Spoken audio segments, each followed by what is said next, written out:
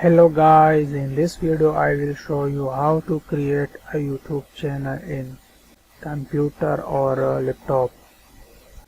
It is a simple method to create any YouTube channel in computer. First of all, go to google.com and first log in Gmail account. I already log in.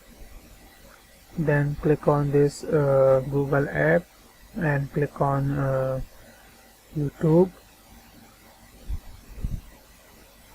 Now go to right side and click on Gmail logo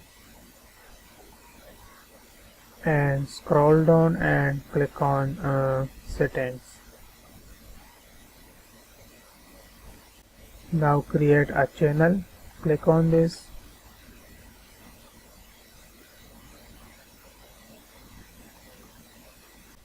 Select a name, for example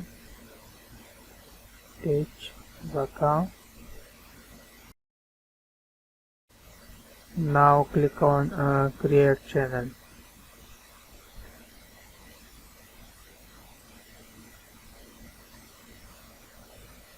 So my YouTube channel is created. You can see how I create YouTube channel easily. Like, share and subscribe my channel. Thanks for watching.